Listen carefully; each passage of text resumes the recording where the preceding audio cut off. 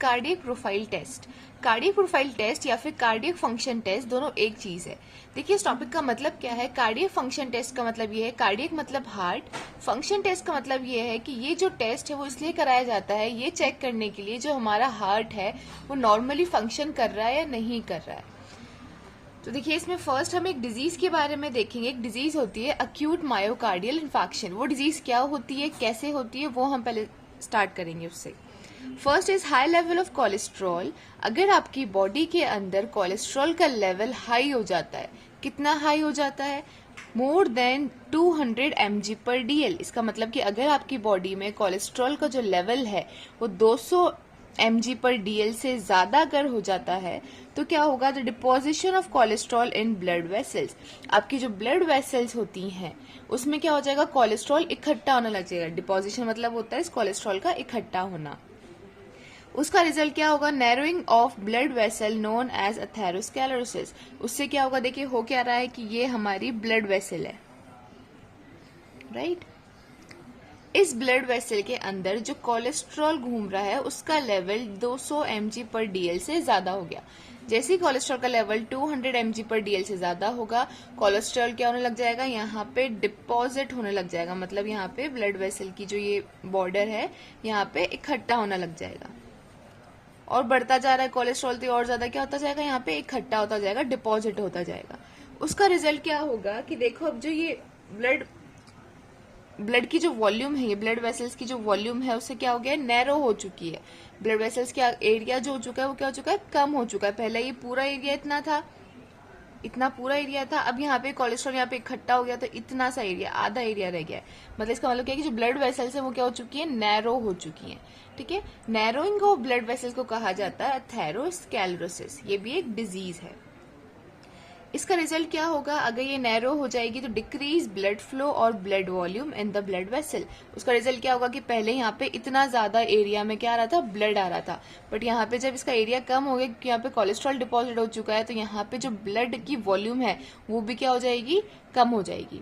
जैसे for example कोई pipe है, पाइप के अंदर आप पहले तो पाइप एकदम साफ सुथरा था, एकदम साफ सा था, ठीक है, तो उसमें से पानी आराम से काफी सारी अमाउंट में आ रहा था। बट कई बार क्या होता है पाइप में एल्गी जम जाती है या फिर फॉर एग्जाम्पल हमने वहां पे कपड़ा घुसा दिया, तो कपड़ा घुसाने से क्या हुआ, इतना एरिया कम हो गया, तो पानी जो वहां से निकलेगा उस पाइप से वो क्या हो जाएगा, कम हो जाएगा। ऐसी सिमिलर यहाँ पर इसको समझना कि यहाँ पे ब्लड वेसल थी, कोलेस्ट्रॉल यहाँ जमा हो गया तो ये नैरो हो गई, पतली हो गई, जिससे जो ब्लड फ्लो है या ब्लड का वॉल्यूम है वो क्या हो गया, कम हो गया। उससे क्या होगा, decrease concentration of oxygen to the heart muscles. और हमें पता है कि जो ब्लड होता है वो मसल्स तक क्या ले जाता है, ऑक्सीजन को ले जाता है। तो अगर ब्लड की वॉल्यूम कम हो जाएगी, ब्लड का जो बहाव है वो कम हो जाएगा, तो ऑक्सीजन का कॉन्सेंट्रेशन भी क्या हो जाएगा, कम होता जाएगा। मतलब मसल्स तक, हार्ट की मसल्स हो या बाकी किसी भी ऑर्गन की मसल्स, यहाँ पे हम हार्ट पे इसलिए कॉन्सेंट्रेट कर रहे हैं क्योंकि हम कार्डियक फंक्शन टेस्ट पढ़ रहे हैं, तो हार्ट की मसल्स तक क्या होगा, जो ऑक्सीजन है वो कम पहुंचेगा। इस कंडीशन को कहा जाता है इस्कीमिया। इस्कीमिया मतलब कि अगर किसी मसल्स तक ऑक्सीजन कम पहुंच रहा है तो उस डिजीज को कहा जाता है ischemia. Ischemia causes death of heart muscle due to lack of oxygen known as myocardial infection. अब देखिए इसका मतलब क्या है, इस्कीमिया की वजह से क्या होता है, मायोकार्डियल इन्फेक्शन होता है। मायोकार्डियल इन्फेक्शन का मतलब क्या होता है, मायो मतलब होता है यहाँ पे मसल्स, कार्डियल मतलब यहाँ पे होता है कार्डियक, कार्डियक बोलो या फिर हार्ट, और इन्फेक्शन का मतलब होता है यहाँ पे tissue that due to lack of blood और ऑक्सीजन। हो क्या रहा है कि यहाँ पे हमने अभी देखा कि जो अगर ब्लड की जो वॉल्यूम है वो कम हो जाएगी, ब्लड की वॉल्यूम कम हो जाएगी तो ऑक्सीजन का लेवल कम हो जाएगा। ऑक्सीजन के लेवल कम हो जाएगा तो उस डिजीज को क्या कहा जाएगा, इस्कीमिया कहा जाएगा। और अगर किसी मसल्स तक प्रॉपर अमाउंट में ऑक्सीजन नहीं पहुंच रहा है, कमी हो गई है ऑक्सीजन की, तो उससे क्या होगा, मायोकार्डियल इन्फेक्शन होगा। इन्फेक्शन का मतलब क्या होगा, ऑक्सीजन की वहां कमी हो रही है तो टिश्यू जो है वहां का वो धीरे धीरे क्या होने लग जाएगा, डैमेज होने लग जाएगा, उसकी डेथ होने लग जाएगी, मतलब वो खराब होने लग जाएगा क्योंकि उसको ऑक्सीजन नहीं मिल पा रही। ऑक्सीजन नहीं मिल पा रही तो वो एनर्जी नहीं बना पाएगा, एनर्जी नहीं मिलेगी उसे तो टिश्यू डेथ स्टार्ट हो जाएगी। तो इस कंडीशन को क्या कहा जाएगा, मायोकार्डियल इन्फेक्शन। किसकी टिश्यू डेथ हो रही है, मसल्स की, कौन सी मसल्स की? कार्डियक की, हार्ट की मसल्स की, इसलिए इस डिजीज को कहा गया है myocardial infection. Severe stage of myocardial infection causes heart attack.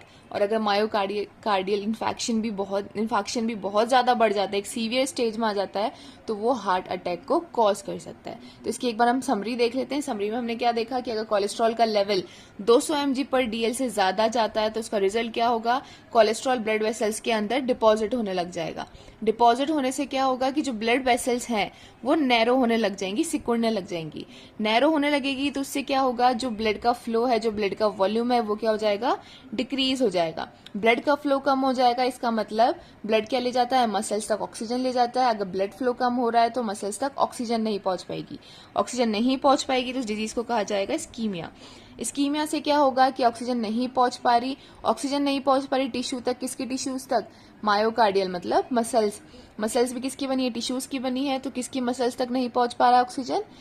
जो हार्ट की मसल्स है वहां तक ऑक्सीजन नहीं पहुंच पा रहा है। नहीं पहुंच पा रहा ऑक्सीजन तो क्या होगा? टिश्यू धीरे धीरे डैमेज होने लगेगा, उसकी डेथ होने लगेगी, जिस डिजीज को कहा जाएगा मायोकार्डियल इन्फेक्शन। और अगर मायोकार्डियल इन्फेक्शन भी काफी समय तक होता जा रहा है, मतलब सीवियर स्टेज आ गई है उसकी, तो उससे जो पर्सन है उसको क्या हो सकता है? हार्ट अटैक भी हो सकता है। देखिए, अभी तक हमने जितने भी फंक्शन टेस्ट पढ़ा है उसके अंदर हमने ये देखा है कि जो फंक्शन टेस्ट को मॉनिटर करता है कि वो ऑर्गन कैसे फंक्शन कर रहा है, वो कौन बताता है? हमें एंजाइम्स बताते हैं। So there are specific enzyme which are used to detect cardiac disease. अगर हमें किसी कार्डियक डिजीज को डिटेक्ट करना है, देखना है, तो हमें किसका टेस्ट कराना पड़ता है? कुछ स्पेसिफिक एंजाइम्स का टेस्ट कराना पड़ता है। तो देखिए, properties of cardiac marker are, जो वो एंजाइम्स हैं जिन्हें हम डिटेक्ट कर रहे हैं, उनकी कुछ प्रॉपर्टीज होनी चाहिए। क्या प्रॉपर्टीज होनी चाहिए वो? First, it should B heart specific. इसका मतलब ये है कि वो हार्ट स्पेसिफिक होना चाहिए। ऐसा नहीं कि अगर उसका लेवल बढ़ रहा है या कम हो रहा है उस एंजाइम का लेवल, तो हमें किसी और ऑर्गन, मतलब वो किसी और ऑर्गन की भी डिजीज को बता सके। अगर हम किसी कार्डियक फंक्शन टेस्ट को कर रहे हैं तो उसका लेवल अगर बढ़ रहा है या घट रहा है, कुछ भी हो रहा है, तो वो हमें क्या बताना चाहिए? कि वो हार्ट के डिजीज को बताना चाहिए। Second, it should be highly sensitive. वो काफी सेंसिटिव होना चाहिए। It should be easy to perform. वो परफॉर्म करने के लिए ईजी होना चाहिए, ऐसा नहीं कि बहुत टिपिकल हो, कोई प्रोसीजर नहीं हो उसको डिटेक्ट करने की। It should B cost effective. Cost effective मतलब आपके पास कोई पेशेंट आ रहा है तो मतलब उसकी जो कॉस्ट है, उसकी जो प्राइस है, उसको डिटेक्ट करने की वो इफेक्टिव होनी चाहिए। बहुत ज़्यादा वो नहीं होना चाहिए, उसकी प्राइस बहुत ज़्यादा नहीं होनी चाहिए, क्योंकि काफ़ी पेशेंट्स नहीं करा पाते हैं फिर वो टेस्ट, इसलिए वो कॉस्ट इफेक्टिव भी होना चाहिए। It should be able to monitor the progress of treatment. इसका मतलब ये है कि अगर किसी पर्सन को डिजीज़ है, हार्ट की डिजीज़ है, डॉक्टर ने उनका ट्रीटमेंट स्टार्ट करा, तो उस ट्रीटमेंट को भी वो मॉनिटर करना चाहिए कि ट्रीटमेंट सही डायरेक्शन में जा रहा है या नहीं जा रहा है। एंजाइम्स के अंदर वो प्रॉपर्टी भी होनी चाहिए कि वो ट्रीटमेंट का भी बता सके। Enzyme used are as cardiac marker are as follows. Enzyme जो हम एज ए कार्डियक मार्कर मतलब वो एंजाइम्स हमें क्या बता सकते हैं? हार्ट की डिजीज को बता सकते हैं। वो कौन कौन से, वो हम देखेंगे। फर्स्ट है हमारा creatinine kinase. Creatinine kinase is a cytoplasmic and mitochondrial enzyme. इसका मतलब ये है कि जो क्रिएटिनिन काइनेज एंजाइम होता है वो सेल्स के साइटोप्लाज्म में और सेल्स की माइटोकॉन्ड्रिया के अंदर प्रेजेंट होता है। इट हैज 3 आइसोफॉर्म और आइसो एंजाइम। इसका मतलब ये है कि जो क्रिएटिनिन काइनेज है उसकी 3 आइसोफॉर्म्स भी होती है, मतलब सेम 3 टाइप के ये क्रिएटिनिन काइनेज एंजाइम होते हैं। फर्स्ट है हमारा CK1 BB, CK2 MB और CK3 MM। देखिए यहाँ पे 3 एंजाइम है, CK1 है, CK2 है, CK3 है। CK1 को BB भी कहा जाता है, CK1 को BB भी कहा जाता है, CK2 को MB कहा जाता है और CK3 को MM भी कहा जाता है। यहाँ पे BB, MB और MM का मतलब क्या है कि जो CK1 एंजाइम होता है वो कहाँ मिलता है? हमें ब्रेन के अंदर मिलता है। CK2 MB जो होता है, B से मतलब क्या है? ब्रेन, और MB मतलब यहाँ पे क्या है? मसल्स। MB का मतलब है यहाँ पे ये हार्ट मसल्स में मिलता है। CK2 एंजाइम जो होता है हमें हार्ट मसल्स में मिलता है और CK3 एंजाइम जो होता है वो हमें स्केलेटल मसल्स के अंदर मिलता है। इसका मतलब ये है कि अगर ब्रेन की कोई डिजीज होगी तो आपको CK1 का लेवल ज्यादा दिखेगा, हार्ट की कोई डिजीज होगी तो आपको CK2 का लेवल ज्यादा नजर आएगा, और स्केलेटल मसल की कोई डिजीज होगी तो CK3 का लेवल नजर आएगा। Among all isoenzymes of creatinine kinase, the CK2 MB is highly specific for cardiac heart disease। इसका मतलब ये है कि जो तीनों आइसो एंजाइम्स थे क्रिएटिनिन काइनेज के, उन तीनों में से जो इम्पोर्टेंट है वो कौन सा है, CK2MB, क्योंकि ये हार्ट से रिलीज होता है और ये हार्ट की डिजीज को ये बता पाएगा। अब देखिए इन अक्यूट मायोकार्डियल इन्फेक्शन, जैसे हम AMI भी बोलते हैं, अक्यूट का मतलब होता है सडन हो जाना। क्या कौन सी डिजीज, मायोकार्डियल इन्फेक्शन, ये क्या होती है वो हम देख चुके हैं, इसको शॉर्ट में कहा जाता है AMI। इसमें क्या होगा, जो CK2 का लेवल है वो इंक्रीज होगा एटलीस्ट 4 to 6 आवर्स में। इसका मतलब ये है कि अगर किसी पेशेंट को मायोकार्डियल इन्फेक्शन हुआ है, अक्यूट हुआ है, एकदम सडन हुआ है, तो उसके अंदर, उसके ब्लड के अंदर आपको CK2 का लेवल, CK2MB का लेवल जो है वो 4 से 6 घंटे में इंक्रीज होना स्टार्ट हो जाएगा उसकी बॉडी के अंदर। After chest pain, make a peak level at 12 to 24 hours and return to normal level into 2 to 3 days. इसका मतलब ये है कि जैसे उसको मायोकार्डियल इन्फेक्शन हुआ उस टाइम क्या होगा, उसको एक चेस्ट पेन होगा, काफी तेज इसके अंदर एक चेस्ट पेन होता है। उसके बाद 4 से 6 घंटे में इसका लेवल इंक्रीज होना स्टार्ट होगा और ये 12 से 24 घंटे में एकदम पीक लेवल पे आ जाएगा, एकदम मैक्सिमम लेवल पे। कितने घंटे में आ जाएगा, 12 से 24 घंटे में। और ये कितने दिन तक उस लेवल पे रहेगा, 2 से 3 दिन तक ही उस लेवल पे रहेगा।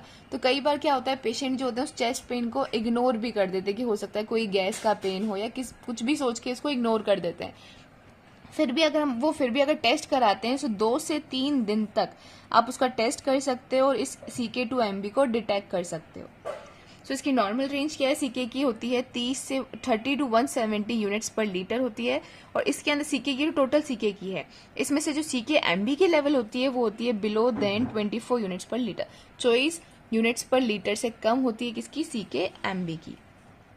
CK-MB enzyme is useful to detect early case of AMI। CK-MB जो एंजाइम होता है वो क्या, उसका यूज क्या है कि वो AMI का जो केस है वो अर्ली डिटेक्ट कर लेता है, जल्दी डिटेक्ट कर लेता है। क्यों, क्योंकि इसका लेवल 4 से 6 घंटे में इंक्रीज हो जाता है, बहुत जल्दी इसका लेवल जो इंक्रीज होना स्टार्ट हो जाएगा, इसलिए पहले डिटेक्ट कर लेता है AMI के केस को। The level of CK not increase in hemolysis, so it has advantage over LDH। इसका मतलब ये है कि अभी हम नेक्स्ट एंजाइम देखेंगे LDH। LDH एंजाइम जो है वो अगर हीमोलाइसिस भी होती है, मतलब RBC अगर ब्रेक डाउन भी हो रही होती है, पेशेंट के अंदर देखो हो सकता है कि AMI हो, साथ ही साथ पेशेंट को क्या हो रखा है, हीमोलाइसिस, मतलब उसकी RBC भी उसको एक डिजीज है जिसकी वजह से उसकी RBC भी डिक्रीज होती जा रही है। तो क्या होगा, अगर RBC डिक्रीज होगी तो RBC में से LDH एंजाइम बाहर निकलेगा और LDH का लेवल इंक्रीज होना स्टार्ट हो जाएगा। और LDH एंजाइम जो होता है वो कार्डियक टेस्ट में भी यूज में लिया जा रहा है। तो जब आप टेस्ट लगाओगे कार्डियक मार्कर का, उसमें अंदर एक LDH एंजाइम का भी टेस्ट लगेगा। LDH का लेवल अगर बढ़ रहा है तो हो सकता है कि उसको AMI हो, लेकिन ये भी तो हो सकता है कि उसको हीमोलाइसिस हो। तो LDH हमें कंफर्म नहीं बताता कि उसको AMI है या फिर हीमोलाइसिस है। तो यहाँ पे लिखा है कि जो CK का एडवांटेज है वो यही है कि CK जो होता है, CK-MB जो एंजाइम है वो हीमोलाइसिस में इंक्रीज नहीं होता है, वो सिर्फ AMI में इंक्रीज होता है। तो उसका एक एडवांटेज है किसके ऊपर, LDH के ऊपर। नेक्स्ट एंजाइम है हमारा LDH, lactate dehydrogenase. It is cytoplasmic enzyme, it has 5 isoform और आइसो एंजाइम। इसका मतलब ये है कि जो LDH एंजाइम है वो साइटोप्लाज्म के अंदर, LDH एंजाइम जो साइटोप्लाज्म के अंदर पाया जाता है उसके 5 आइसोफॉर्म है। जैसे उसके 3 आइसोफॉर्म थे, इसके 5 आइसोफॉर्म होते हैं, LDH1, LDH2, LDH3। इसको H4 भी कहा जाता है, इसका H3M भी कहा जाता है, H2M2 भी कहा जाता है। इसको लर्न करने के लिए आप यहाँ पे H4 से स्टार्ट करना, फिर एक H कम कर देना, एक M को बढ़ा देना, यहाँ पे फिर एक H कम कर देना, एक M को बढ़ा देना। इसका मतलब ये है कि इसके अंदर जो 4 इसकी यूनिट्स होती हैं उसके अंदर ये, मतलब इसका मतलब बेसिकली ये है कि जो LDH1 एंजाइम होता है वो कहाँ से रिलीज होता है, हार्ट से रिलीज होता है। LDH2 जो एंजाइम होता है वो कहाँ से रिलीज होता है, RBC से रिलीज होता है। LDH3 जो होता है वो कहाँ से रिलीज होता है, ब्रेन से रिलीज होता है। अगर हम कार्डियक फंक्शन टेस्ट पढ़ रहे हैं तो हमारे लिए इंपॉर्टेंट कौन सा है, LDH1, क्योंकि ये कहाँ से रिलीज हो रहा है, हार्ट से रिलीज हो रहा है। नेक्स्ट है LDH4, LDH5। LDH4 का फॉर्मूला है H1M3, फॉर्मूला बोलो या फिर इसकी मतलब प्रॉपर्टी के हिसाब से इसको इनाम दिया गया है। LDH5 में आएगा M4। इसमें आपको याद करने के लिए एक एक H कम करते जाना और वहां पे एक एक M बढ़ाते जाना। LDH4 जो होता है वो लिवर से रिलीज होता है, LDH5 जो होता है वो स्केलेटल मसल से रिलीज होता है। LDH का जो नॉर्मल रेंज है वो है 100 to 200 units per litre. Among all the enzyme, isoenzyme of LDH, LDH is specific for heart muscles. कौन सा, LDH1। सारे LDH में से जो स्पेसिफिक है हार्ट मसल्स के लिए वो कौन सा है, LDH1 स्पेसिफिक है। In AMI, total LDH level is increased while LDH isoenzyme increase 2 to 10 times more. AMI के कंडीशन के अंदर अक्यूट मायोकार्डियल इंफार्क्शन अगर किसी को हो रहा है तो सारे LDH जो मतलब पूरा LDH जो है इन पांचों को मिला के जो LDH है उसका लेवल इंक्रीज होगा, लेकिन जो LDH1 आइसोएंजाइम है, LDH1 आइसोएंजाइम जो है उसका लेवल 2 से 10 गुना ज्यादा इंक्रीज होगा। तो इस क्लास में हम ये दो एंजाइम्स के बारे में स्टडी करेंगे, जो बाकी के और भी रिमेनिंग एंजाइम्स है वो नेक्स्ट क्लास में हम देखेंगे। Thank you so much for watching.